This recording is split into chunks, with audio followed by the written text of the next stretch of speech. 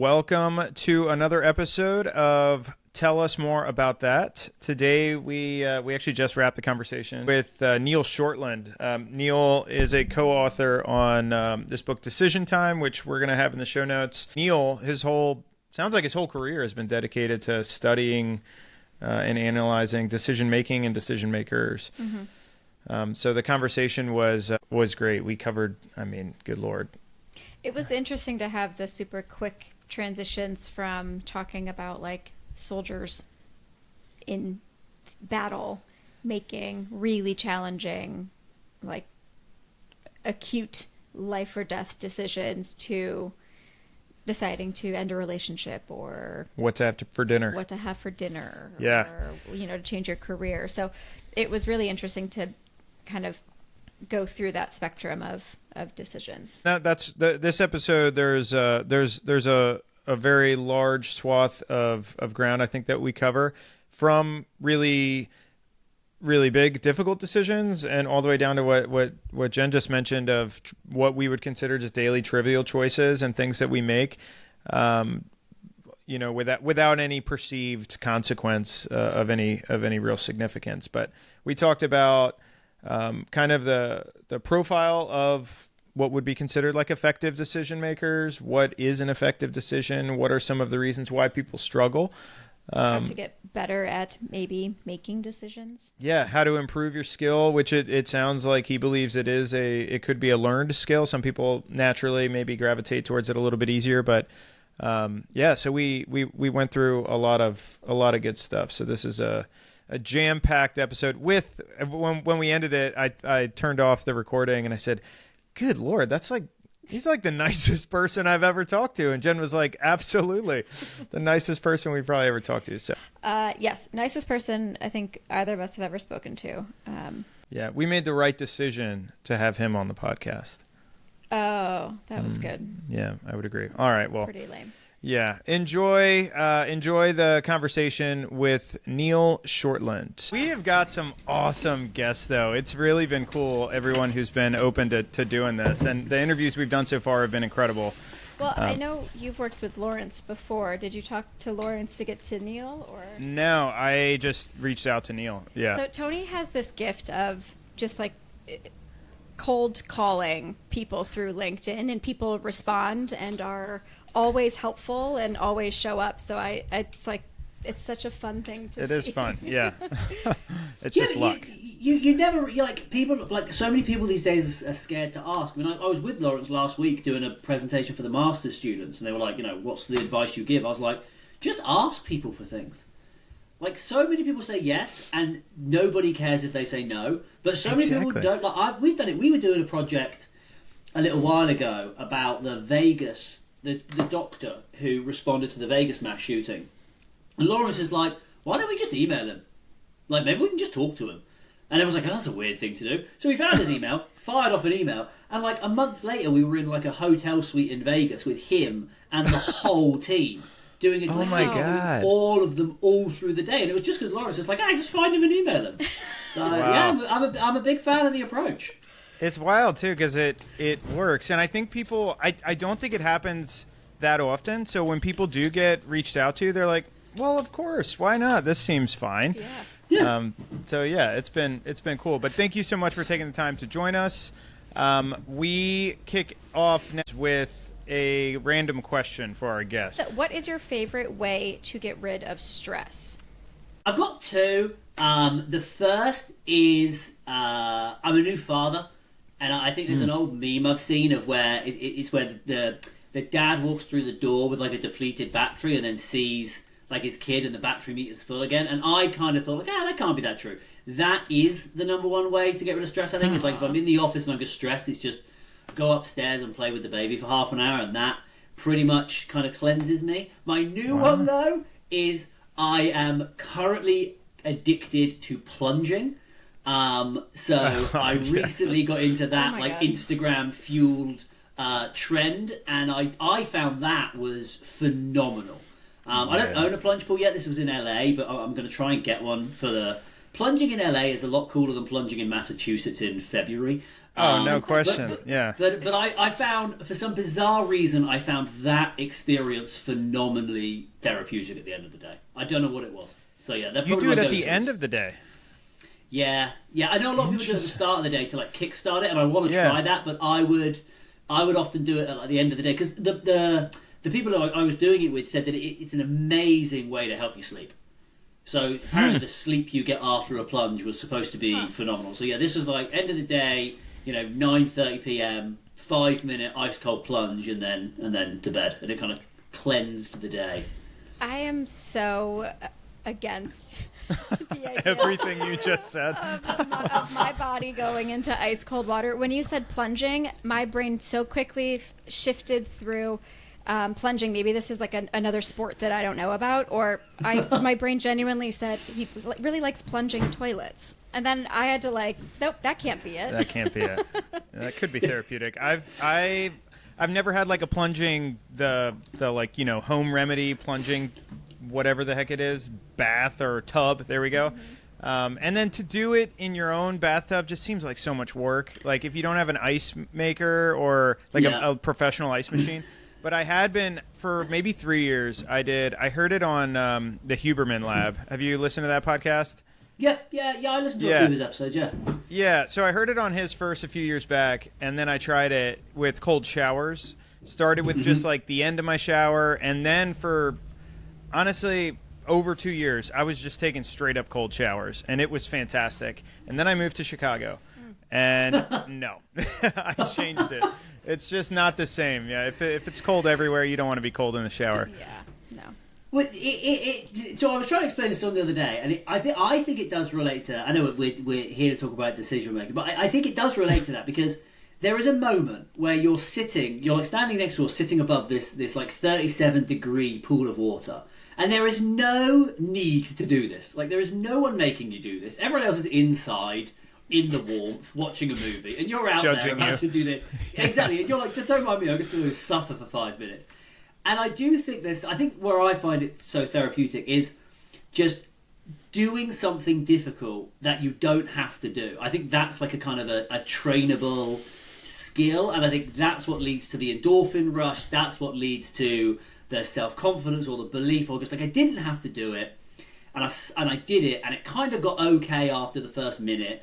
And then I got out. I don't know. I think there's something in that for me of like just doing something that you don't have to do that's hard. And I enjoy like practicing that every day. I think that's what it is. 100% agree with that. I think in Jen's head, she's probably thinking, if you don't have to do something difficult, why would you do something difficult?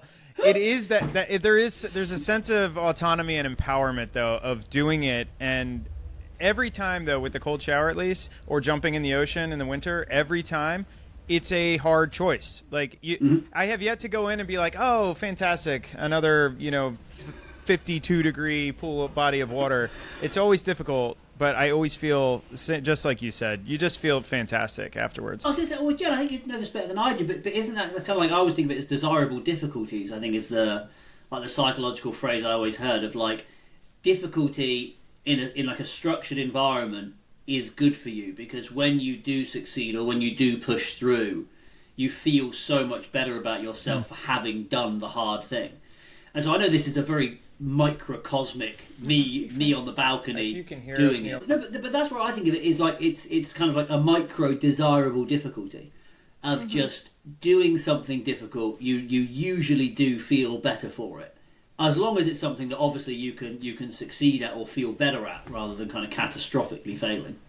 Yeah. And I know over time you build up that mental endurance to stay in the water longer, and then people can do it for tens of minutes at this point. And I think maybe it's once your body gets past that initial shock, you can enjoy it a little bit differently. But Yeah, and that's kind of it's a good transition into what we brought you on to talk about, Neil, which is like the whole kind of calculus to decision making, and how some people do it more, or they seem to be at least more natural at it and more at ease in making some of those very quick, on-demand, high-stakes decisions, whereas others, they are paralyzed. And overthink and self-judgment afterwards and all these other variables that take place. So how did you get into the specific? This is our cat, Charlie. This is the most bizarre podcast you've probably ever been on interviewed on.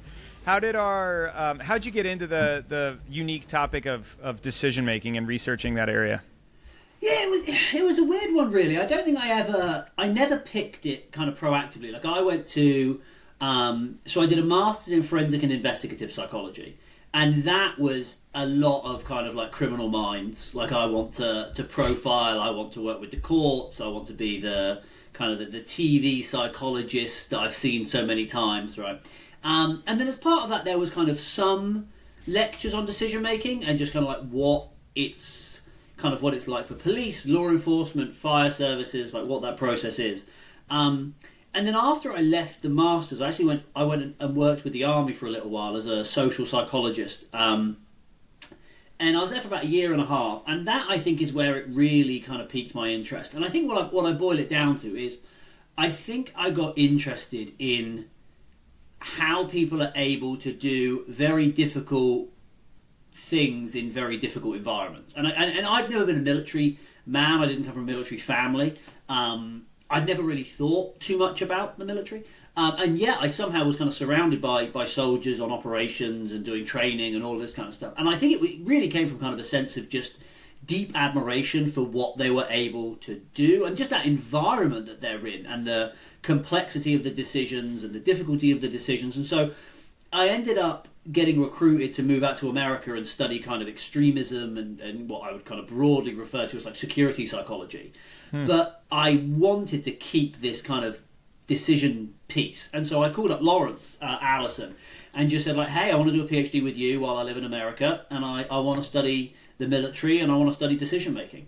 And then from there, it's kind of, I've just kind of generally studied decisions in a variety of places. But whether it's a decision that you make, or it's a decision that a friend makes, or I make, or a police officer makes, I'm always interested in kind of like what allows people to make really challenging decisions, and just what undergoes that. Because I think it's fascinating, and I think in our book that we wrote, I think that it really became interesting when I started to realise that everyone makes these kind of decisions. They're not all obviously, in war or in emergency responses, but everyone has decisions they've had to make that were unbelievably difficult to them.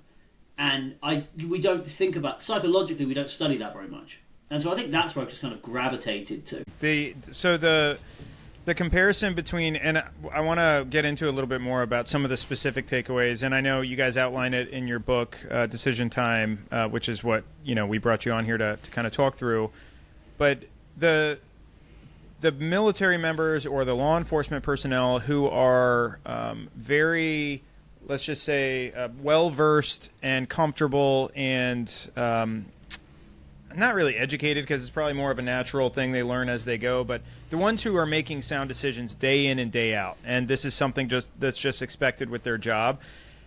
Do you find that those like innate qualities transition over into their personal lives as well? Is it just as easy to do it because it's the same kind of ingredients, or is it unique to the venue? Well, it's interesting. I think that so if you think about decision making in general, I think there's with structured environments like law enforcement, army, wherever it may be, a lot of their decision making is guided by kind of standard operating procedures, by training, by repetition, and I do think there's a kind of an ingrained habit of having a structured approach to decisions. One of the things that I think is really interesting is when we were doing our work with the police and we interviewed law enforcement officers who had military backgrounds, some of them would say, like, I make decisions completely differently from other members of law enforcement. Like, I feel like the way I do this is different. And it's just something about being in that military environment and what that kind of trained in them or ingrained in them. So I do think there's a kind of a transference. I still think there's... I think some parts of decision making can be kind of domain specific. So some of our work that we do when we talk about the individual factors, we talk about this factor called maximization a lot, which is this idea of kind of like trying to maximize the best of all parts of decisions versus kind of being able to say, like, let's just do the good enough thing. There is some evidence that people can be satisficers, but there are some things where they are hideous maximizers, and then people can be maximizers, and then there are just certain things that they are hideously bad satisficers at. And so I think that there is kind of we generally have a habit and a way and a being, and I think a lot of that, if you are military law enforcement, you are trained in that way.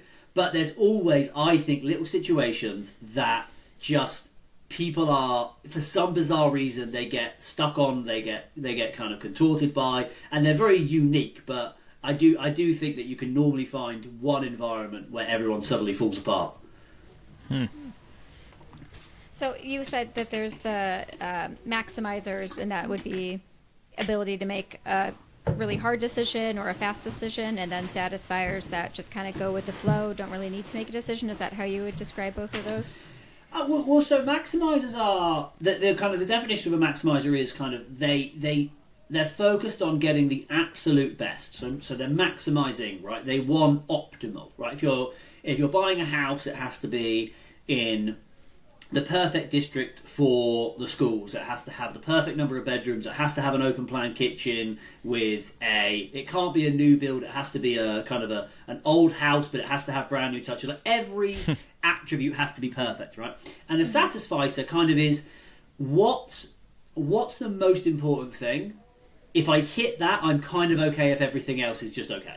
So it's like, right, as long as the house is livable, is big enough, is affordable, and is near good schools for the kids, I don't really care about an open plan kitchen. I'll build one later. Like they're the fundamental differences between the two. Now, obviously, in law enforcement or a military environment, the same kind of thing can manifest. It just looks a little different. So if you were imagining a police officer kind of in a maximizing situation, they would want to, protect everyone from harm as they can. They need to follow the law. They need to follow the policy. They can't have a negative headline in the Post or the Mail tomorrow. They have to protect everyone under their kind of all of the other officers along with them. There's like 5 or 6 or 7 things going on at once, and they really want to make sure that all of them are protected and all of them are achieved. And then the satisficer might say, look, this situation sucks, but the one thing that's more important than anything else is no civilian can get harmed. And so that's the thing I'm going to do. And so that's the kind of trait that one of the traits that we kind of looked at of what explains differences between how people approach difficult decisions. Where would you? Were you going? It was just a funny question. Do you find that the maximizers and the satisfiers typically marry each other? According to my marriage, yes. I mean, I think if you were going to go with I think it's a class like I'd hate to imagine 2 maximizers trying to maximize. I just can't imagine anything gets done. So I would like to say that you probably do need someone has to have some ability to satisfy. I think that with a lot of decision making things, it's not about like rights and wrongs. I don't often think in terms of like one is better than the other. I think like there's environments where our traits are better matched and our traits are very mismatched. And so like when I do trainings, the joke I say is like maximizers, like I like maximizers, but I would want a maximizer to plan my mission. I would want a satisficer to do the mission. Because a maximizer is going to focus on the best possible plan perhaps, but then the satisficer, when the mission starts to go wrong or starts to meet reality or the world starts to do its thing, they might be the ones that are slightly better to kind of handle that adaptability and just say what's the most important thing. Let's kind of just focus on that, and everything else is just going to suck a little bit. It's a great answer. Yeah, that's interesting. So I'll try and be positive. A maximizer, is that more in line with like the individual's like kind of the analysis paralysis type issue where it's just always waiting and that inertia probably gets in the way of just maybe there's something better, maybe I'll find a better parking spot, that person who's always just wanting the absolute best? Yeah, I mean, if you look, so maximizing, like we use it a lot in our research, but I mean, it's one of the like really widely studied like psychological constructs. And if you read about it and you look at any of the papers, like they will say like maximizers are unhappier, slower to make decisions, have more regret, have more like kind of like deliberation during the process, are more inclined for depression, more inclined to anxiety. And I think that a lot of it is just if you're constantly trying to not lose anything and you're constantly trying to get the best of everything, it's very hard to be perfect, and it's very hard to meet that expectation you set for yourself.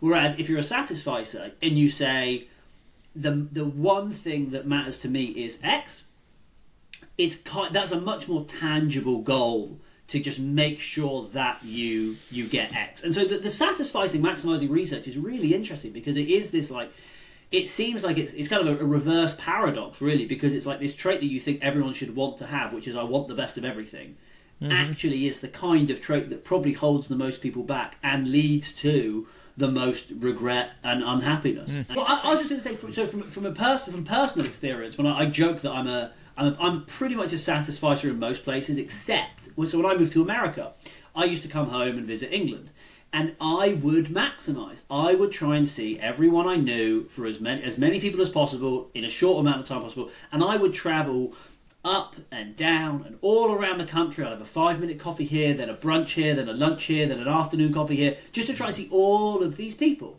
And I left every trip like exhausted. I'd never seen enough of the people that mattered the most, and I felt awful like leaving them to go to another coffee or go to someone else, right? I'd upset a bunch of people by promising to see them and then not seeing them, and I had never like confirmed who I was going to see because I was trying to fit. Like, it was this horrible maximization process. I upset them, I upset me, and a couple of years in, I was like, I'm just going to pick 5 people that matter the most, and I'm just going to see each of them for a day. And then that's kind of scaled back now. It's like if I go home, it's my family and it's my best friend. And I'll see them for a day each. And like I am much happier. And if I can see anyone else, great. If I can see an old friend, if I can see an old college friend, great. But the main thing is day with mum, day with dad, day with sister, day with brother. And so I've even noticed like how I feel now going home, kind of satisficing on who I see versus the old approach of I need to see every friend I've ever had, like all the people I left behind. So yeah, it's very when you know you're doing it, it's very easy to see why it causes people to be so. It's such a difficult way to make decisions. Yeah, and it's rigid and it doesn't leave a lot of room for flexibility. Exactly. I'm new to North Carolina. I'm from Chicago. My whole life, we moved here in July.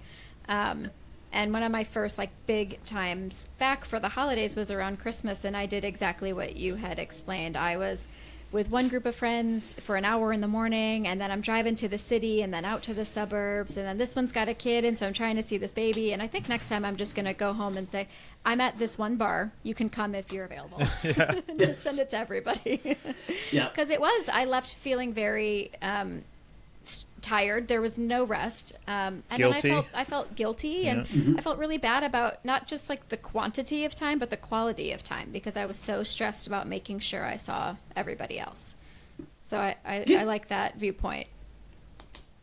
Yeah, it's I mean, again, maximizing isn't easy. Sorry, satisficing isn't easy. Like it's not. It's not saying I don't care about anything else. I don't know if you've read the Mark Monson's book, the Subtle Art. I'm not sure if this is if we're allowed to swear on this podcast. You are, Go, there we go. Well, it's the subtle art of not giving a fuck. And in the first chapter, he says, and I think this is the crux of it, is that it's not about like not giving a fuck, because he's like that's basically psychopathy. But it's about giving a fuck about one thing so much that it's okay if everything else kind of sucks. And I do think that's what real satisficing is it's saying, look, there's this one thing, and I'm sorry, it just means more to me than anything else. And so that's the thing I'm going to do, and at the end of the day, I will have done it. And if everything else didn't go right, ouch, and it hurts, but at the very least, the one thing that mattered most definitely went the way I had to. And I think that when I go home now, it's like I wish I could see more people. I wish I had 10 days at home, but I don't. I have dogs, I have a wife, I have kids. I've got 4 days. And so when I go home, when I get back on that plane, I will have seen enough of my mum, my brother, my sister, and my best friend. And I used to not get on a plane feeling that. So yeah, it's kind of hard, but Well, at that point, if you're stressed before you even get on the plane to go back home and see friends. So yeah. So you had mentioned something a little bit before that I think is kind of an interesting variable with this is the way people make decisions, but then you had mentioned that maximizers also tend to have more regret afterwards, which is ironic because that's why they spent so much time, was to avoid the negative feelings on the back end. So do you find that like there are certain types of people that when they make decisions they accept the outcome of the choice that they made, even if it turned out to be negative? They accept it better. They can absorb that better and not take it on as personally as others. Yeah, I mean, I think so. When we did our interview work, so before we wrote Decision Time, we wrote a book called Conflict: How Soldiers Make Impossible Decisions, and that was a project where we sat with soldiers and just said, like, tell me the hardest decision you ever had to make. And it was really interesting because they'd all have made phenomenally hard decisions, but how they felt about that decision wasn't always directly related to like the negative consequences, like how bad the decision went. So I would speak to so two examples. I spoke to a guy who had this decision that he felt awful about. Like this was 10, 20 years later, and he ruminated on it constantly, thought about it constantly, really eaten up by it. And in the decision, nothing went wrong, nothing bad happened. But he basically behaved in a way that he felt kind of violated this view of himself, the kind of how he viewed himself and kind of how he held himself. And he said he kind of behaved in a way that he didn't think was who he was. But nothing happened. No one died. There was no calamity, no mission error, nothing.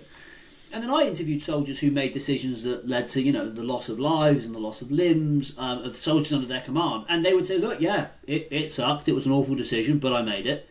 And I made it for reasons I'm fine with, and that's what it was. And so I was really surprised that there was such a different kind of association between these individuals of kind of how they handled and dealt with the decision that they've made. And I think there's things in that. One of the things we talk about a lot is kind of values. And so, I think it's if you make a decision where you transgress a value that you do deeply hold, I think that leaves you in that potential probably to struggle the most. And with the maximizers, it may be that they just can't, if every value is equal, you're going to end up sacrificing an important value. If one value is the most important and the others are beneath it, it's easier to not sacrifice or violate that one value that you've elevated. So I think a lot of it comes down to how well are people able to tier the important things in their life from the most important to very important, but still not as important as the most important. Can you talk about the profile of the best decision makers and kind of even and define what that is? What would be considered the best type of person as a decision maker? Yeah, I mean, I think the best kind of... I think across all things, in general, the best kind of decision maker will be the one that makes a decision. And I just think that's simple. That's simple. Like if they've made a decision, they've already improved upon many of the other people in that situation. And I think that's not meant to be flippant. I think if you think about what good... I think what excellent or exceptional individuals do, I think they are action orientated and they do act. Like I think that's a really big part of it. I think it was in one of the books, I even asked this to the students the other day, I was like, 5 frogs are sitting on a log, 4 decide to jump off, how many are there? And everyone ponders around, they're like, 1. It's like, no, 5. Like, we can all decide to do things, but very few people do that. That doesn't mean you've done the thing. So I think that fundamentally, like, being willing to behave, like bring that decision to life is, I think, the most important trait, because I just think it does separate. When I started in the army, I met a guy, and he said, I can't remember what it was. Very weird how quickly he judged me, but he said, in like our first meeting, he said, in my opinion, there are 2 people in this world, doers and talkers. And he said, I think you're a doer, so I like you. And I thought about that for a really long time. It was very strange, but I was like, no, I do think when you look at a lot of people, there are doers and there are talkers. Like, how many times have we sat with someone and had the same conversation about the same thing? They're still ruminating on doing this thing, and I feel like it's 6 months, a year, 2 years, 5 years later, and they're still ruminating. So, simplest answer: good decision makers decide, and they act. And I think that is the fundamental trait, because acting shows that you're willing to do something to change the world and to suffer, not even suffer, but to risk the consequences of action. And if we kind of think about psychology, there's that kind of that age-old like status quo bias, which is like humans just love status quo. We don't like change, we don't like rocking the boat, we just want things to go on the way they're going on. And I think deciding violates the status quo. And I think that's a big psychological step. I think if we then like broke it down a little bit more and were to say, okay, so what are the traits of good decision makers? I think in the book we kind of think that there's 4 ways you can think about that. So we kind of outlined this STAR model, which is like situational assessment, time management, adaptability, and resilience. And so kind of each of those, so situational awareness is just kind of good decision makers are open-minded enough to not jump to conclusions about what they're seeing. And I just think if you look at famous or kind of, well-known errors in decision making, often it's people kind of think they know what they see and then they just carry on looking at it. I think there's a study of NASA pilots, and something like 87% of mistakes came from misunderstanding the situation. Yep, that's my Apple webcam doing some things there. It approved of that fact. Yeah, that's me liking my own thoughts, so that's check. good.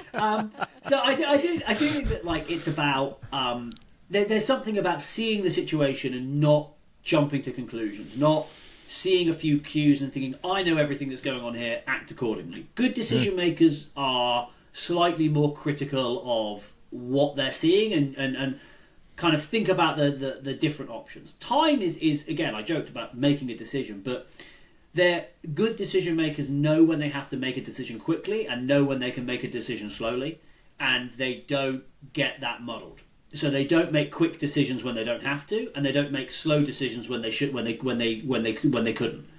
And so I think good decision makers understand if a decision needs to be made right now, or if a decision can wait 5 minutes, 10 minutes, a week, a month, even a year.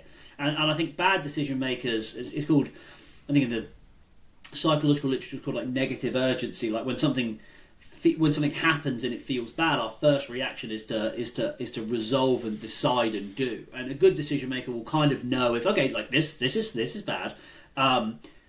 When do I need to act? When is too late? When is too soon? And they'll try and be in the middle. Adaptability is the ability to know if your plan isn't working and to be able to revise, to adapt, to change your understanding of a situation, to change your course of action, to avoid things like a sunk cost fallacy. I've done this, so I've been invested in this for a week, but that doesn't mean that it's the right thing to do. And then the last one is resilience, which is I think that good decision makers are able to kind of suffer negative feedback to make it in the earliest instances. And so a lot of good decisions, they don't naturally lead to success on day one. There's a kind of a period of growth and a period of difficulty, and then at the end of that you may end up in a new place that's better than before. And some decision makers kind of, they make this big grand decision, they encounter a bit of difficulty, and then they immediately give up and they immediately change their decision or they try something else. And we'll all know people who are on their 10th job or their 10th relationship or their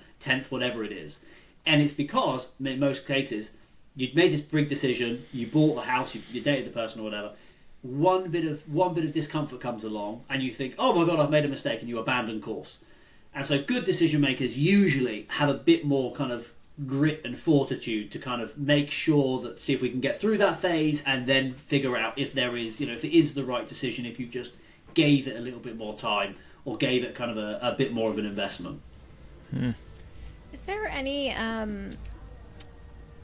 don't know if there's any research or if you have any just thoughts about, hypothetically, absolutely not speaking about myself, but if someone might be a pretty good decision maker professionally or at work, but then they really struggle with decisions in like their personal life. Any thoughts on that? Well, I think so. The thing, the question would be, are they really making decisions at work? And so if there's one of the original psychologists before me was a guy called Gary Klein, and he interviewed a bunch of soldiers and reported this finding that soldiers said they didn't make decisions. And I interviewed a bunch of soldiers and had a kind of similar thing where a lot of soldiers would say, oh no, I don't make decisions very often. And you dig into it and it's like, well, okay, so they follow policy or they use kind of like repetition-based training. And so in the field, they're making a lot of decisions. You know, they're deciding where to move themselves, how to move people, what to do, etc. But they're not, in psychological terms, they're not really making choices, right? And choice being that kind of, I'm staring at two options. There is nothing telling me which one I'm meant to do. Like if you think about a policy at work kind of tells you when you've got two options, which one you're probably meant to do. Or most policies should. Or if you've made that decision 100 times, you know, if you chose A 85% of the time, you'll probably choose A again, right? So if in work you're not having to make choices where you really don't know if A or B is better and you have to choose, then maybe you're not testing that skill that in your personal life you're really having to kind of test, right? This idea of, oh, actually, in my personal life, I often don't have a lot of guidance. No one tells me what's right or wrong. And I have to choose a lot between two things that are equally appealing or unappealing. So that'd be one kind of question. If work's it's like a structured work environment and an unstructured home environment, the way you handle the decisions you face will be very, very different. So it's almost like two different skills. The other would be in work, you probably may tap into a certain number of values that are of a clear hierarchy or of clear importance, and socially things are way more ambiguous. There's a lot more values, it's a lot murkier, and there's a lot more competition of values at home and socially. And so it may simply be that there are 3 or 4 values in your social life that always run against each other, that you really, and all of them matter. Whereas when it comes to work, there's only one thing at work that matters. And so that always makes decisions really easily. Or makes decisions easy. So I think that they're the kind of ways I would think about it. It's either kind of could be structural, the environment, or it could just be that work taps into a very clear value that you prioritize, and therefore it's kind of easy to always focus on that one thing. And socially, it gets murkier when there are, you know, different people, different situations, different decisions, and different challenges. That is a fantastic and thought-provoking answer. Thank you. I'm going to think about that a lot. Even though it had nothing to do with you. Nothing to do with me. No, I love that concept of having, it's almost like people that get conditioned to operate within a very structured position. So like you become a subject matter expert in this, and this. You've been doing it long enough. You feel very comfortable that you've made this decision. It's produced a positive outcome. You feel good about your knowledge around like what you should and shouldn't do. That is a very different experience than like living in a life where there's not an SOP. Like there's not a guidebook or rules on how to do it. So maybe that's like a paralyzing feeling where you feel like you need the paint by numbers, or at least you think you do. To get by. That's a really interesting insight. You had mentioned sunk cost fallacy. When it comes to personal decisions, you've got, I'll give an example, a personal example. So if you are going to change a career, and I actually just talked to somebody this morning on a call who's been in the career he's been in for 20 plus years, and he's very unhappy. Now this guy was passionate. He's been doing this for a very long time. He's in an executive level position, but now he's unhappy. The stress is just all consuming. He's not able to disconnect and enjoy the job like he once did. But everything that he was saying, it was rooted in the unhappiness and the anxiety, and he wants to like retire, but he's not ready. But then he always kept coming back to this idea of what sounded to me like the fear. The fear of the unknown, kind of the fear of that, and we talked about this with a guest we had on earlier, a clinical psych who calls it threat to status, and that threat to status oftentimes is what stops people from making certain choices or doing certain things. He doesn't want to lose the identity he has. He does, because he's got it tied up in this position and all these other things, and the time that he's put in, and starting something new is scary. So coming all the way back to the sunken cost fallacy concept, when you've got someone who's invested their career, or they've gone to grad school and spent hundreds of thousands of dollars, and now they hate being a doctor, like what's the decision calculus for making sure that if they decide to pivot, the people who do pivot, they don't regret that decision? Well, I think it's pivoting for the right reason. Again, I think there's pivoting because you're unhappy. And again, are you pivoting away from something, or are you pivoting towards something? So one of the things we talk about a lot, and so one of the hardest things I think about decision making, because it taps into a fundamentally human flaw, is self-awareness and really knowing what matters to you. And sometimes we don't, and sometimes we need to experience it to find that out. But I do think that when you're thinking about moving career and pivoting away from something that you've invested in for a very, very long time, what are you clear what you are pivoting towards, and kind of what that value is? Is that value freedom? Is that value passion? Is that value risk? Is that value a new identity? So, I mean, I've got a friend of mine was he was a consultant for PricewaterhouseCoopers straight out of college, living in New York, and on trajectory to be phenomenally successful and I'm sure fabulously rich as a wonderful organizational psychologist. And after a couple of years, he walked away and he came back to academia. And so when I talked to him, he was very clear. Like I'd sunk a lot of time into that. I'd not started my academic career as early as everyone else, but the reason I did it was I wanted a better family life and I wanted my freedom back. And I didn't mind the X cut of salary because I knew that these were the things that I was moving towards. And I'll give you one more example. My mum was a doctor. My whole family are doctors. I'm actually the failure of my family with just a PhD. But my whole family are medical doctors. And my mum tried to retire, right? And she retired and felt that loss of identity. She's like, I've been a healer my whole life. I've been in medical school since 18. Like, my identity is Dr. Janet Kelsall. And so when she retired, she couldn't kind of handle that loss of identity. And before you knew it, within a year, she was basically back to full time again, working as a doctor, because she couldn't get around what that pivot meant for her. Now, thankfully, she's very close to retiring and very keen to retire. But a big part of that was talking to her about, okay, so what are the other pieces of your identity that can now that you can be pivoting toward that matter to you now? Is it your identity as a, traveling the world? Is it your identity as a grandmother? Is it your identity, of freedom and all of this kind of stuff? And so as long as, I think when she retired, she didn't know what she was retiring to. So she didn't have that positive anchor. She just kind of retired, and then in the uncertainty and the vacuousness of retirement, kind of felt empty. Whereas this time, she's retiring to a defined and kind of positive goal and thing that she says, that's what I'm going for. And I think in decisions, it doesn't matter if you fail, as long as you are clear, I am making this decision because this is the thing about it that I think I want. I think that's the key to make those kind of big life decisions, because at least you know what you're going for and why you're giving up a bunch of things. But in your mind, you're clear what you're gaining. And when I look at people who make, I think, bad decisions, it's usually to escape what they're currently in. And I think that's an important reason to make decisions, but it's not always clear that they've articulated what they're trying to go towards.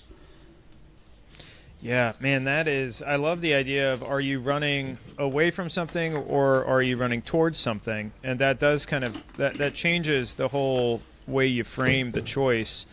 I think both, to what you just said, if you're if you're running away from something, so if you're in a job or if you're in a relationship and you don't know what's around the corner, you're not sure what's next, but if it still violates like that moral compass or some like deep part of who you are as an individual, likely I would venture to guess that those decisions to leave tend to be more timeless. Like they you don't have the same type of like regret or wanting to bounce back or feeling as though maybe I should have stayed a little bit longer, because at the end of the day, when you look at it, you know, on every level it was violating this core piece of who I am, and that's not something that I would ever be comfortable with.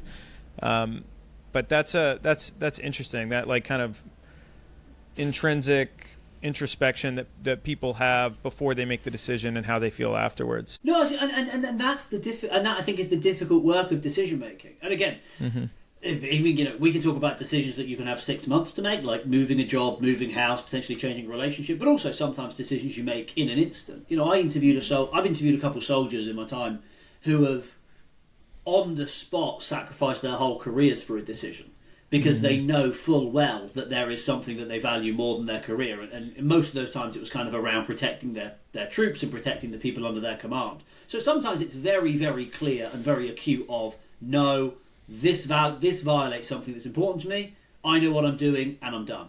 But sometimes it's difficult, hard work to really unpack all of the things that are going on and to identify the one that matters the most. Because that's not... I think values are relatively permanent, but that doesn't mean they feel relatively permanent to you all of the time. And, you know, in relationships, everyone in relationship and jobs, there's pros and cons. And one day we can think that the pro really outweighs the con, and then other days we can not.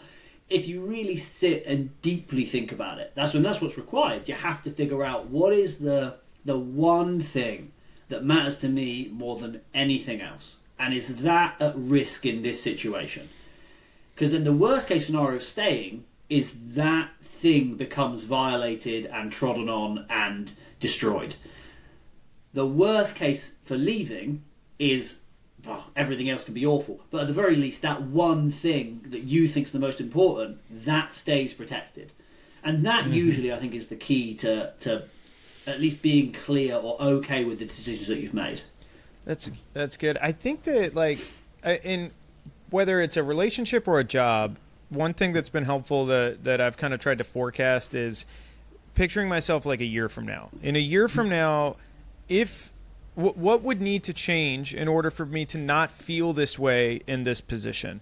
And if the reality is those things would not change, then in a year from now, I'm just going to be pissed off that I didn't do this a year ago, and 2 years, and 3 years, and 5 years, and so like trying to get past that like fear concept and really focus on what's important, and the value system behind that is really good. What were you going to say?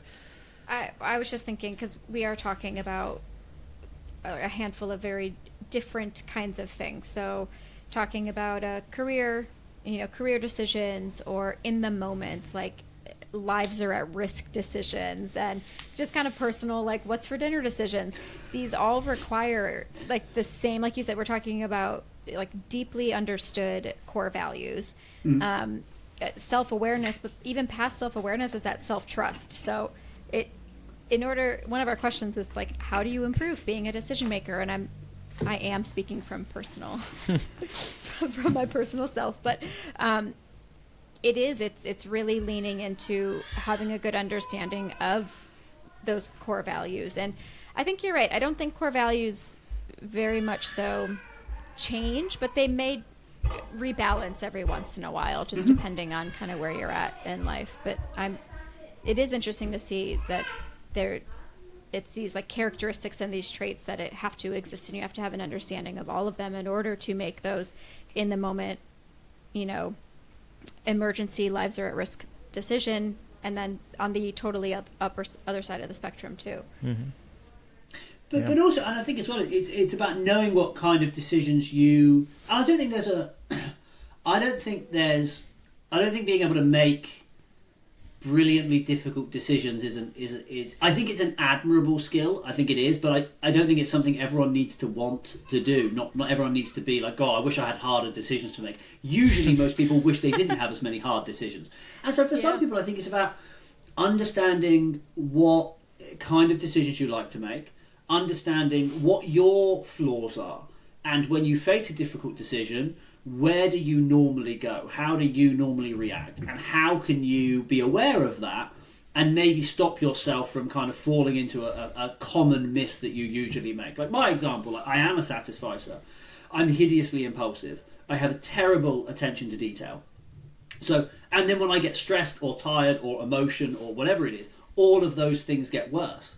And so when I'm making difficult decisions, my issue usually is slowing down and taking a breath and kind of recentering myself and not making the first decision that comes to my mind.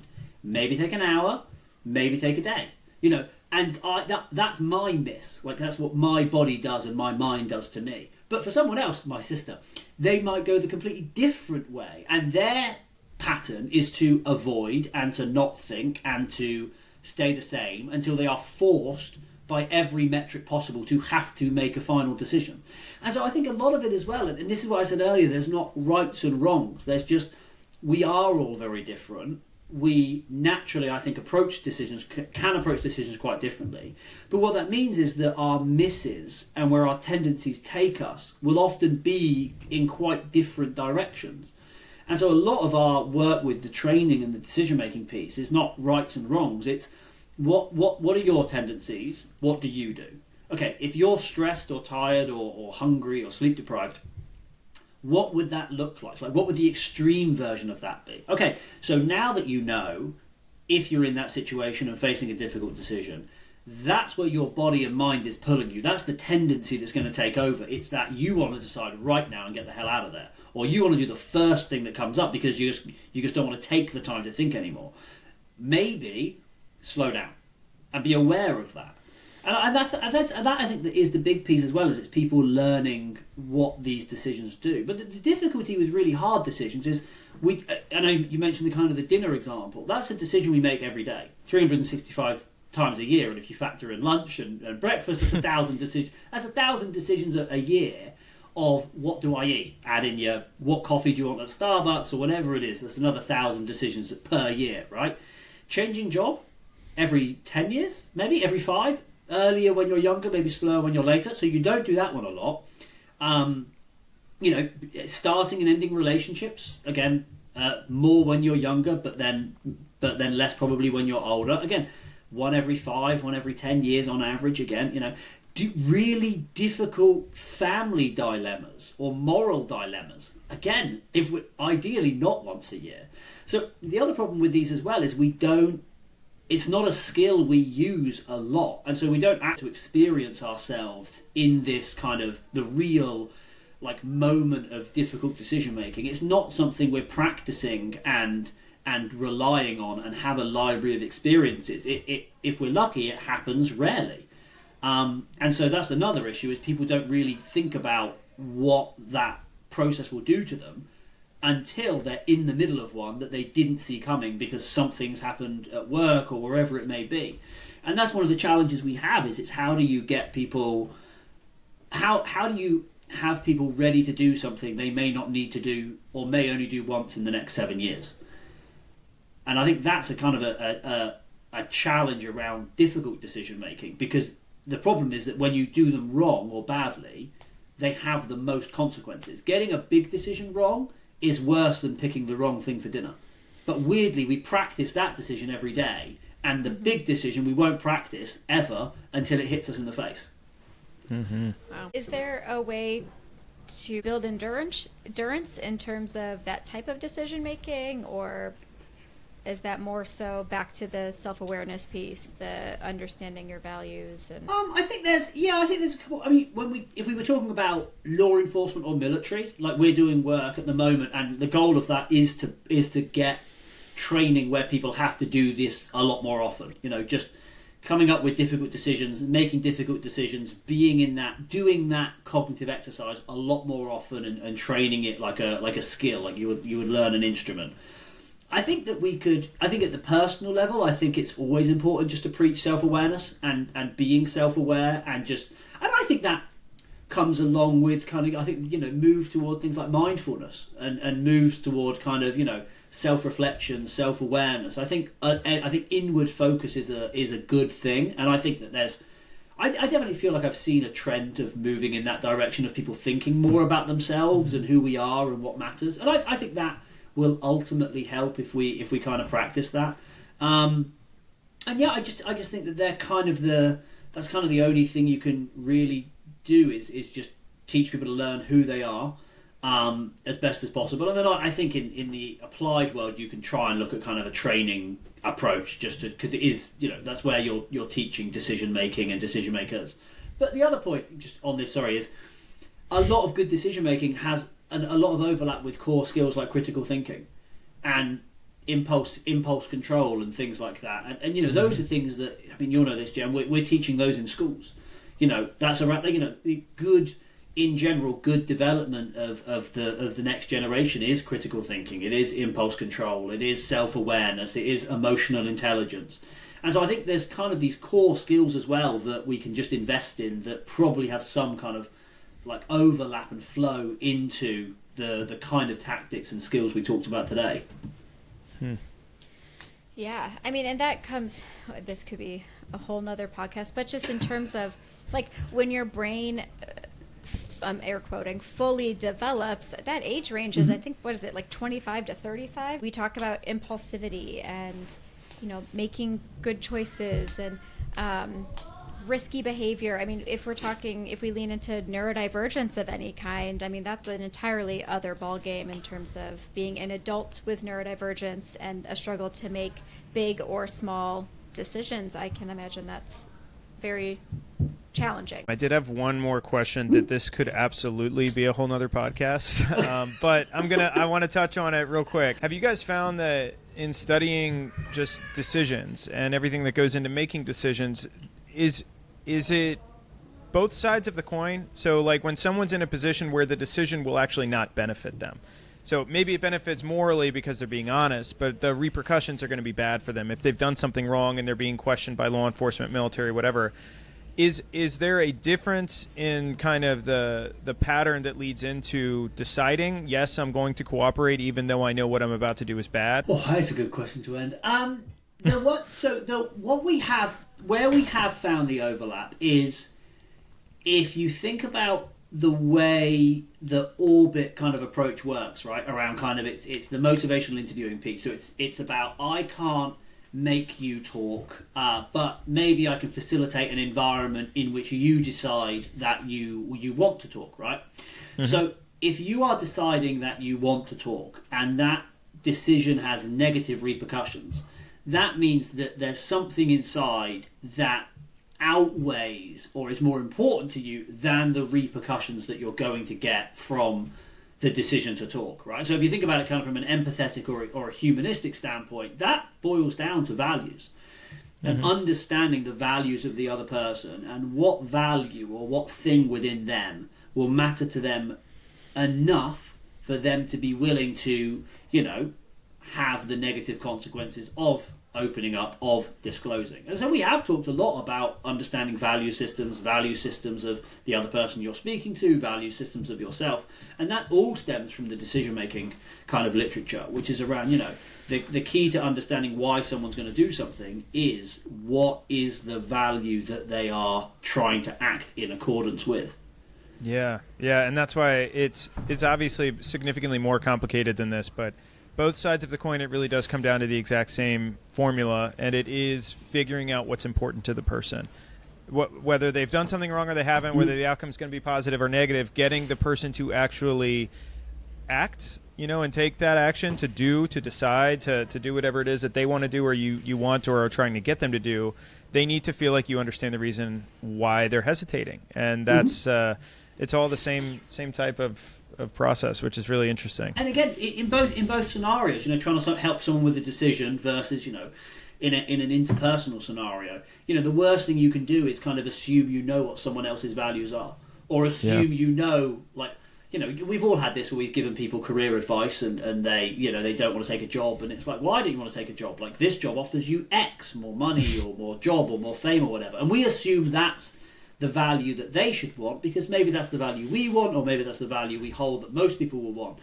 Whereas a lot of it is around really understanding, like, what is that value that drives that person? What is it that they think? And sometimes it's even helping them figure that out. Like I mentioned earlier, like, it's not always amazingly evident to us ourselves what matters more than something else. Like in really difficult decisions where you're weighing, I mean, I'll give you one example where everyone made a lot of decisions in COVID. I think we were all thrust into new situations, but I had a COVID wedding in a garden in Massachusetts, and my mum was declaring loudly that she was going to board a plane. And I have reflected on my values many times, but I've never thought about how I would weigh, my mother being at my wedding versus my mother risking her life at that, then getting on a plane during the peak of COVID. So even then, like, I had never thought about the values that were actually present, and it is difficult to work through that. So I think sometimes as well, it's about it's even in the interview process, it's helping the other person realise what value they might be tapping into or might want to be guiding them. Because I think that's just a difficult thing to understand. Yeah, and it again, like, it is all so interconnected. If you're able to do that successfully as the interviewer, and you're able to tap into their actual value system and kind of motivator to why they did what they did, or maybe what's stopping them from talking to you, the likelihood of having a long-standing commitment to that decision from the subject's perspective, so when they leave the interview, the likelihood of them sticking with it is significantly greater than they're going to jail or they lost their job, and on the way home they're thinking, what the hell did I just say to that guy? He tricked me. So if you actually tap into their true value set and you allow them to do it, then you're going to get that true buy-in that's going to be more likely to have legs and to stand the test of time, which is the same to be said with any other type of decision that we were just talking through. So did you have anything else, Jen? Well, no, I just need to go decide what my core values are and learn how to make decisions from there. We do need to figure out dinner, though. I know. So yeah. I know. That's when you can take a while on that decision. That normally takes half an hour. Neil, is there, obviously your book, we'll promote it on the podcast in the show notes, but if someone wants to get in touch with you or read more about what work you've contributed, what's the best way for them to find you? Just Google me, Neil, and then or like Neil_Shortland at uml.edu. Okay. You'll find my faculty page pretty easily, and then email me before you read any of the papers. That's far too boring of a task. But yeah, no, I'm happy to talk to anyone. Awesome. Is there? I know we just said we were going to let you go. Is there anything that you're working on right now? I know you mentioned something in the beginning. Yeah, I mean, if you really want to have a headache, there is. If you want to Google this, there is a DARPA program called In the Moment. And what that's trying to do is to create algorithms that can make difficult decisions that are aligned with the person.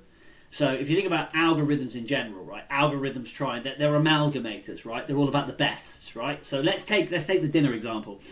Let's take all of the data of all of the dinners that you two have ever had, and then with a satisfaction rating, and then let's use that to predict what decisions you'll make every day, 5 days a week, etc., etc.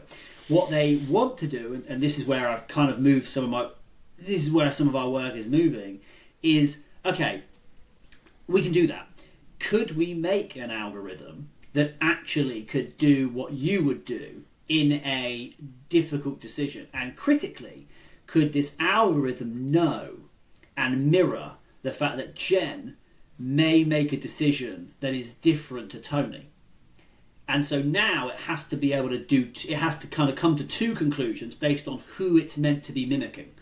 So I think that's kind of, as I look at the future of decision-making work, I think a huge piece of this is working with people. But if anyone's Googled anything recently, you'll see there is a huge move to remove people from difficult decisions and to be replaced with ones and zeros.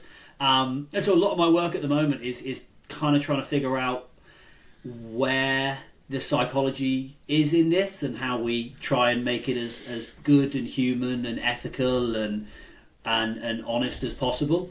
So yeah, that's probably my biggest headache right now. But yeah. That's terrifying, Wow. honestly. So Yeah, it's. I mean, you would hope that the big decisions would be the ones that we do leave to people, but I understand like the desire to make that something that's a little bit more predictable and always arriving at like the best case scenario. But that's still terrifying. well, there's two parts of it. I think there's a really interesting duality in this because on one hand, you should want people making the hardest decisions because they're kind of almost the ones where you feel you need humanity the most. But in the other hand, it is the hardest decisions that cause us as humans the most trauma. And can I not save humans from making them not have to do that? And I think that's a really interesting moral argument. And it almost, to go full circle kind of back to like what we talked about at the start about desirable difficulties, like I think making difficult decisions makes us better people for doing it, but there's no question that people have suffered immense amounts of psychological harm from the difficult decisions they've had to make. And I think that's really at the crux of this kind of algorithm piece is one, I think is about maybe they do it better, but even if they don't, it's about how do can we stop humans having to do really difficult things that will harm them, but at the same point we don't want humans to stop doing difficult things that help us grow and develop. And the analogy I gave in a class the other day, I play a really ridiculous... Do either of you watch Love is Blind? Just a plug. I Thank know you. the current drama about it, but I don't watch it. Okay, so but if we ever want to start a side podcast just commenting on the latest episodes. But no, I do a game with my students and I call it Love is Blind, right? And I say to them, right, if I made an algorithm that could perfectly pick your future partner for marriage, would you use it? And a lot, they split. Some say, like, yes, because I don't want the heartbreak or to waste my time or I don't want to deal with it. And others are like, no, like, trying and failing and falling in love and having your heart broken, like, that is a human thing and we are better for it. And I think that's this really difficult question with the algorithms, is balancing, like, I would love to work on an algorithm that can save people from making decisions that will hurt them for the next 20 years. But also, I think that is exactly what humans need to do, is to face difficult situations and make hard decisions. And if we come out the other end of it, we are better for it. So totally. It's kind of it's a difficult ethical piece of work as much as it's a difficult psychological piece of work. What would be the motivation then to have the algorithm be personalized to an individual? Like, I feel like I would still be affixed to if the decision was made by a computer, but it was made based off of my inputs, I would still have some type of maybe even secondhand guilt by it. So why personalize it? So the personalization aspect, I think, is to build trust. So I think if you look at really difficult moral dilemmas, you aren't going to want to use a technology that you don't trust. And a big piece of trust is that you believe that it will act in a way that is in concurrence with you. So I think that's where the alignment piece comes in. And there's actually there is an argument that you almost kind of inverse it. Like, actually, sometimes I don't want the thing that does what I do. I would like the thing that does the complete opposite of what I do. But in the idea is kind of in complex, value-laden scenarios, you want something that's going to prioritise what you would prioritise. And if we're in a really difficult situation, you two may not prioritise the same things. And so, Tony, why would you trust a Jen algorithm? And Jen, why would you trust a Tony algorithm?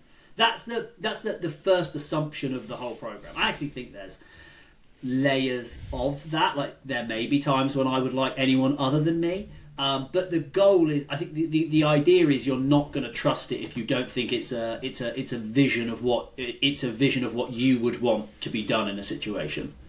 That is so wild. I listened to a podcast earlier today, and they were talking not like educated decisions using technology, and they were talking about how there's going to be a time in the not so far future where you could be going into a boardroom meeting with the board of directors, and you get a notification on your smart device that says your blood sugar is low, your sleep was X, and it gives you all these metrics last time you were in this zone, you made a decision you regretted. Don't speak during this meeting. Like, don't say anything. So, like, that type of thing of, like, you put in data and input. When you make good choices, it remembers it. When you make bad choices, it remembers it. It quantifies all of those different things and aggregates it. And then it can tell you based off forecasting, hey, last time you were in this place and you made a decision, you felt like it was like the right choice type thing. So still letting you make the choice, but it's at least kind of nudging you to do it only in times when, you know, you're in the best possible space to do it. Yeah. It's almost like taking away the humanness of self-awareness and It is, yeah. reflection and Yeah. the mindfulness piece that you mentioned earlier too. Of that's all data that has been input from a device, but it also could be like resourced data that you use from your own mindfulness and reflective practices to have an understanding of like where you're physiologically at that day. I know I have moments where I'm like, nope, we are not. This is not a meeting. I'm going to make a decision in. I'm going to sit here and observe. But I do think, I mean, that's really interesting about the wearables. I mean, I know there's a company, Whoop, that I've used in some of my research. Oh, yeah. And we've looked at like sleep. We've got Whoop users to do our studies and looked at like what their 5-day sleep scores do to decision making, what their strain scores do to their decision making. And there is a big piece of like, you know, that the body does affect the mind. But I always had a thing with a Whoop where I like opened it up and it would say, oh, you're on a yellow day. And it was almost then a self-fulfilling prophecy for me. I'm like, well, I'm not going to do my best today because it's a yellow day. Or I'm not going to do my best today because it's a red day. And I wonder if you get the same thing with decision making of, oh, I'm just going to have a crap decision making day today. Or I'm going to avoid all decisions today. And then it's like, well, what about that situation where we're always going to have that, if it's not the right moment to decide, there's always going to be situations where you still have to decide. Mm-hmm. And I think that's where you're still going to have, a person just needs to be aware of what being tired and hungry and stressed is going to do, just to make sure that they can mitigate that as best as possible. Even if it's just, I mean, little things like readjusting your posture is a big one, or walking outside for 30 seconds is a big one, or breathing for 30 seconds. Like just breathing. You can do a lot in a very, very small amount of time, just to break whatever cycle or pattern someone's currently in. Yeah. So back to that mindfulness, even like you said, walking outside, that grounding, just coming back to the present moment. Yeah, and we did a study, one of our studies was on mindfulness, and just looking at how mindfulness made people better decision makers. And the funny thing is, it did make people better decision makers, unless you were a maximizer, in which case they got worse. And I argued that that's because they became too mindful and had too many thoughts. But no, humongous advocate for just even simple breathing exercises. Yeah. Yeah, that's awesome. All right, well, we will stop it now. We will let you go. Yeah, thank you so much, Neil, for taking the time. This was awesome. We went into a lot of different topics, so it was all very, very interesting. No, I had a great time. Thank you for having me. Thanks for joining us on another episode of Tell Us More About That. Don't forget to subscribe on whatever platform it is that you're listening to us on, and also leave us a rating and review. If you have any topics you would like us to consider, if you have any feedback or commentary, only if it's positive, please visit www.tellusmoreaboutthat.com. Thanks again for joining in, and we will see you next time. See ya.